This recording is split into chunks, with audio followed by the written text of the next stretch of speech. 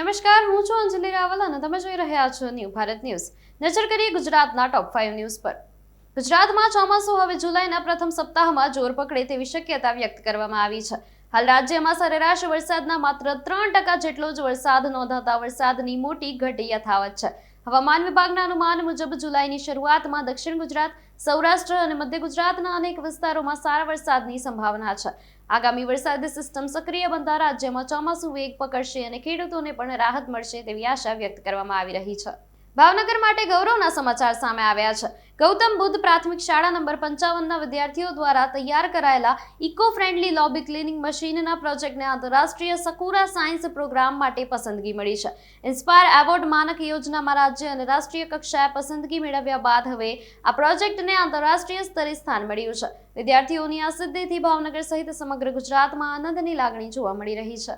મોરબી જિલ્લાના જેતપર ગામમાં ખેડૂતોના આંદોલનને હવે રાજ્યભરમાંથી સમર્થન મળી રહ્યું છે. વીજપોલના વળતર સહિતની માંગણીઓને લઈને ચાલી રહેલા આંદોલનમાં અમદાવાદ અને જામનગર સહિત વિવિધ જિલ્લાઓના ખેડૂતો પણ જોડાયા છે. ખેડૂતોનું કહેવું છે કે જ્યાં સુધી માંગણીઓ સ્વીકારવામાં નહીં આવે ત્યાં સુધી આંદોલન ચાલુ રહેશે.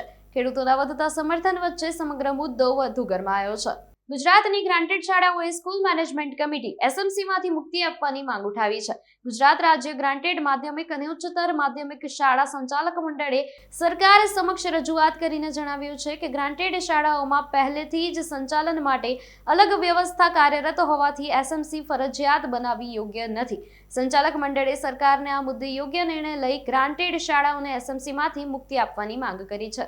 વડોદરા શહેરમાં સ્માર્ટ સિટી ઈ-બસ સેવાનો પ્રારંભ થવા જઈ રહ્યો છે. મુખ્યમંત્રી ભૂપેન્દ્ર પટેલના હસ્તે આ સેવાનું લોકાર્પણ કરવામાં આવશે.